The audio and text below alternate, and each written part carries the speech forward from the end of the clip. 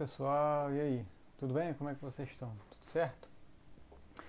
Então, vamos lá, vamos continuar o assunto que a gente estava discutindo. A gente estava falando sobre hidrostática, né? Na semana passada o Renan começou a falar com vocês sobre eletrostática, né?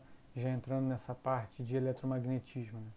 Mas só para a gente poder finalizar a parte que a gente estava vendo de hidrostática, eu quero fazer uma aula hoje com vocês resolvendo alguns exercícios, tá? Vai ser uma aula só de exercícios, tá? Para vocês tomarem como exemplo, para vocês conseguirem resolver outros exercícios por aí que vocês forem encontrar, tá bom? E até pro dia a dia mesmo de vocês, porque tem uns exercícios aqui que são bem cotidianos, vocês vão perceber, tá? Então a aula de hoje vai ser baseada em resolução de exercícios de hidrostática, tá bom?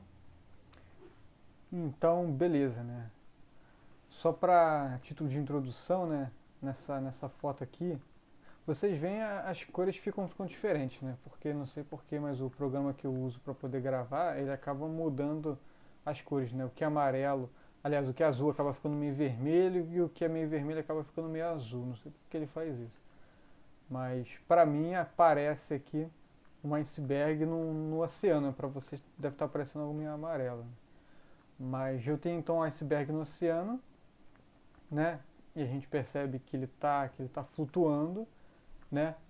E a gente já viu por que ele flutua, porque todo o peso dele, que puxa ele para baixo, é equilibrado com a força de empuxo, que puxa e empurra ele para cima, né? E essa força é proporcional ao peso de água deslocado por ele, né? Que é dado por esse volume submerso dele, né? A gente vai ver uns exercícios sobre isso hoje, tá bom? Então vamos lá, beleza. Vamos resolver esse exercício aqui, ó. Exercício da Unicamp.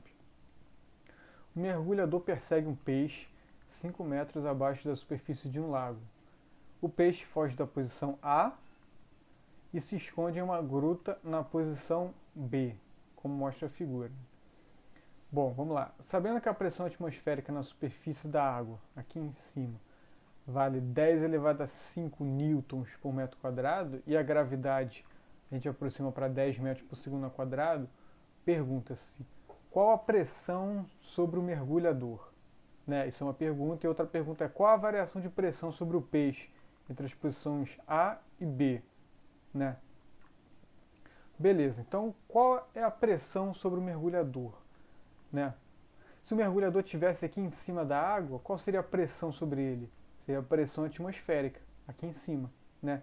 E nesse ponto aqui a pressão atmosférica vale 10 elevado a 5 newtons por metro quadrado. Essa seria a pressão que ele iria sofrer aqui em cima. Né? Agora, como ele não está aqui em cima, ele entrou dentro da água e foi afundando, afundou 5 metros, então a pressão vai ser um pouco maior, devido a essa quantidade de água, essa coluna de água aqui em cima. Né? Então, beleza. Então, como é que fica a pressão dele aqui embaixo, numa altura H qualquer? A pressão sobre ele, então, vai ser a pressão atmosférica mais μgH. Né? μ é a densidade da água, né? Do líquido, né? Que nesse caso é água. Né? Ou massa específica, densidade ou massa específica é a mesma coisa. Né? Gravidade e altura, a profundidade dele. Né? Então, beleza. Então, a pressão atmosférica é 10 elevado a 5, massa específica 10 elevado a 3, ou seja, 1.000 toneladas, né? Isso aqui dá 1.000 quilos, né? 1.000 quilos é igual a uma tonelada por metro cúbico, né? Essa é a densidade da água. Né? Então, 10 elevado a 3 quilos por metro cúbico, vezes 10 metros por segundo ao quadrado, a aceleração da gravidade, e a altura dele 5 metros, profundidade. Tá? Fazendo essa conta aqui toda, eu descubro que isso aqui vale 1,5 10 elevado a 5 newtons por metro quadrado. Né? Então essa aqui é a pressão que ele está sofrendo aqui. Agora, percebe o seguinte, né? A pressão atmosférica ela vale 10 elevado a 5. Né? E a pressão, quando ele está a 5 metros de profundidade, vale 1,5 10 elevado a 5. Ou seja, aumentou 50% a pressão que ele tinha quando o mergulhador estava aqui na superfície, né? Ou seja, aumentou 50% a pressão atmosférica. Quando ele desceu 5 metros.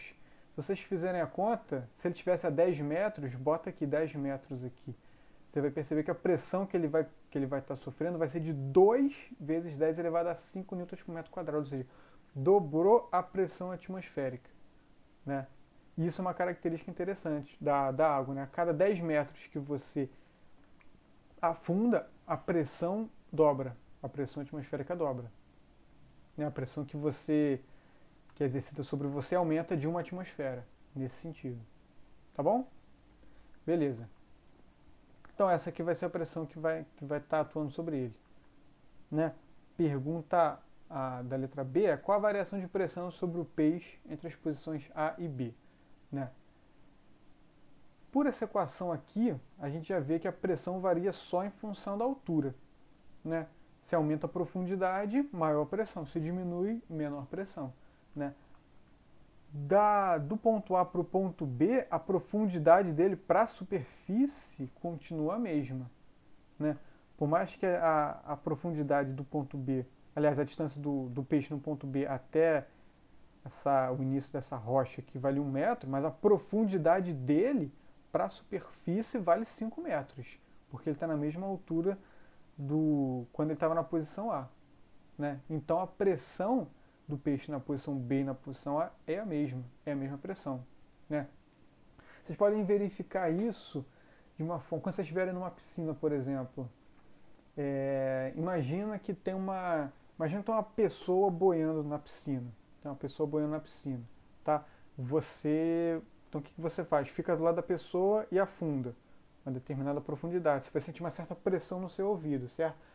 Agora, depois que você afundou e você percebeu essa pressão, se encaminha agora para debaixo da pessoa. Não varia a sua profundidade, só anda na direção da pessoa para ficar exatamente embaixo dela. Você vai perceber que a pressão no seu ouvido vai ser exatamente a mesma, né? Independente se a pessoa está ali ou não, porque a sua profundidade com relação à superfície é a mesma. Mesma coisa para o peixe, tá? Quando vocês tiverem oportunidade nesse calorão que está chegando de entrar numa piscina, façam esse experimento, tá? Para vocês comprovarem isso empiricamente que é verdade. Beleza? Então vamos lá. Exercício 2. As represas normalmente são construídas de maneira que a largura da base da barragem B seja maior que a largura da base superior A, como ilustrado na figura. Então isso aqui é uma represa de água, né? Então aqui eu tenho uma barragem e a água fica desse lado aqui, né? Numa represa de água, em algum momento da barragem, em algum ponto, vai se abrir um rasgo aqui, por onde a água vai escoar e vai acionar uma turbina e assim vai gerar energia elétrica, tá? Mas a foto de perfil, vamos dizer assim, da barragem, ela tem essa geometria aqui. Ela vai ficando mais grossa, a largura dela vai aumentando conforme você vai descendo, né? Isso acontece. Agora a pergunta é por quê? Por que os caras constroem a barragem dessa forma, né? Vamos lá, opção A. Aumento com a profundidade da pressão sobre a barragem.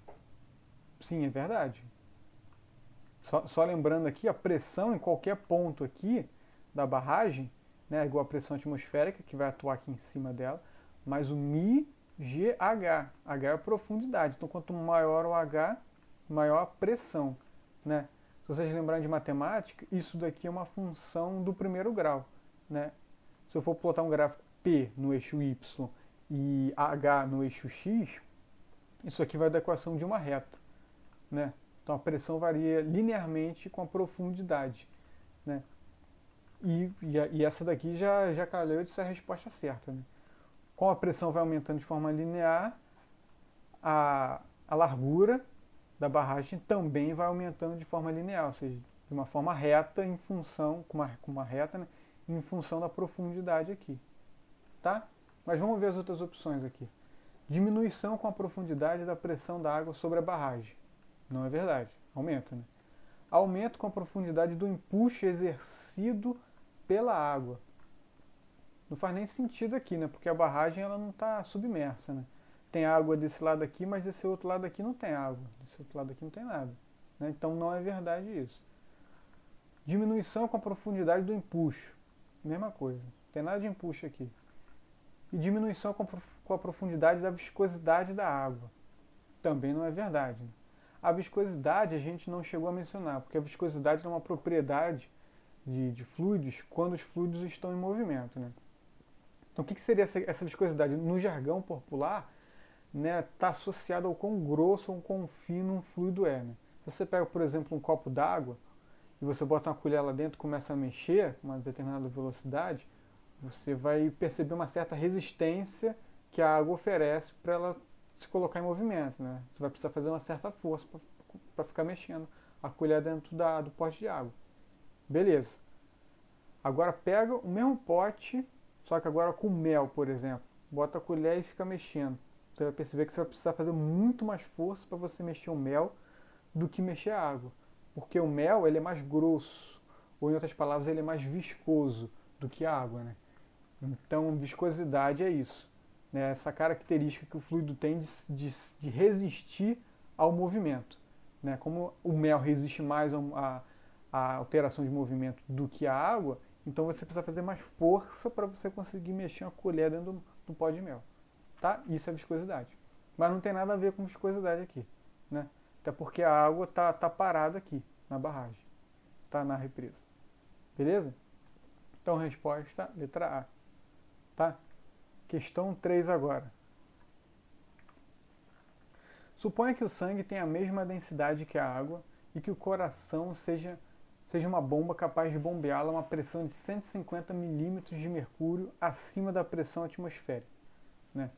Interessante perceber que a gente nos outros exercícios tratou de pressão como Newton por metro quadrado, né? Força sobre área. Né? Mas aqui a gente está dando pressão em função de coluna de mercúrio. Né? A pressão do coração é 150 milímetros de mercúrio acima da pressão atmosférica. Né? O que significa isso? Né? A gente vai ver. Considera uma pessoa cujo cérebro esteja 50 centímetros acima do coração, né? E adote, para simplificar, um ATM igual a 150 milímetros de mercúrio. Né? Pergunta A. Até que altura o coração consegue bombear o sangue? E B. Suponha que essa pessoa esteja em outro planeta. A que aceleração gravitacional máxima ela pode estar sujeita para que ainda receba sangue do cérebro? Bom, vamos lá. Então, beleza. Então, a pressão que o coração faz mais a pressão atmosférica, né, é igual à pressão atmosférica mais a altura que o sangue consegue chegar a partir do coração. Né? Essa aqui é a equação que vai governar essa dinâmica aqui. Né? Então perceba o seguinte, se a pressão que o coração fizer for zero, ou seja, o coração parou de bater, né, esse PATM corta com PATM, qual vai ser a altura máxima atingida pelo sangue? Zero. Né? Porque aqui vai ser zero. Isso corta com esse, aqui tem que ser zero. Né? Ou seja, se o coração parar de bater, ele não consegue mandar sangue para o seu cérebro. Ele não consegue mandar sangue para lugar nenhum, né? Porque a altura máxima que o sangue consegue chegar é zero. Né? Então, beleza.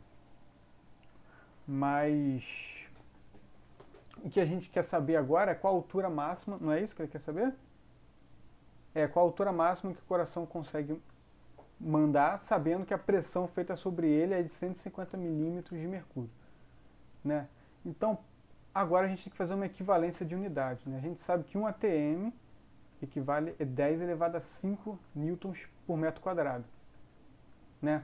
E que equivale também a 150 milímetros de mercúrio. Ou seja, você tem um recipiente contendo mercúrio, se você descer 750 milímetros, isso vai dar exatamente 1 atm.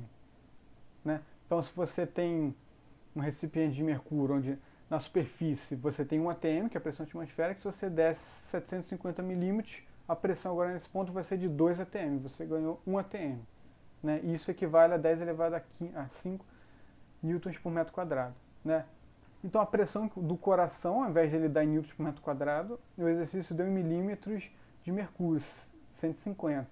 Né? Então, por regra de 3, a gente consegue descobrir quanto que vale esse newton por metro quadrado. Que vale 1/5 de 10 elevado a 5. Ficou faltando aqui, tá, gente? 1/5 vezes 10 elevado a 5 newtons por metro quadrado. Tá bom? Então, beleza. Então essa é a pressão que o coração faz. Então eu vou jogar esse valor aqui, aqui. Então a pressão que o coração faz é 10 elevado a 5 dividido por 5, né? Mais a pressão atmosférica, que é igual à pressão atmosférica, mais ρ GH, aliás, μGH, densidade do sangue, que é igual à densidade da água, aceleração da gravidade e a altura máxima que ele consegue chegar, né? Se eu fizer essa conta aqui e isolar o H, eu descubro que o H é 2 metros. Ou seja, a máxima altura que o coração consegue bombear sangue é para 2 metros acima dele.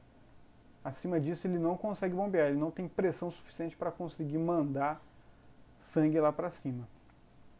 Tá? A letra B é a mesma coisa que a letra A, né? Só que agora, ao invés de eu fixar o G, que era 10 metros por segundo, né, ao quadrado, que é a gravidade na Terra, e perguntar qual é o H máximo, eu vou dar o H e vou perguntar qual é o G máximo que eu consigo ter para que o meu coração consiga bombear sangue para a cabeça, né? Sabendo que a distância da cabeça para o sangue, nessa altura, é de 0,5 metros, ou seja, meio metro, ou 50 centímetros. Tá bom? Então agora, fazendo a mesma conta, só que agora querendo calcular o G máximo, eu descubro que o G é de 40 metros por segundo ao quadrado, ou seja, 4 vezes a gravidade da Terra, né? Ou seja, se você estiver num ambiente que a gravidade é maior do que 4 vezes a gravidade da Terra, o seu sangue não vai conseguir mandar, o seu coração não vai conseguir mandar sangue para o seu cérebro, né?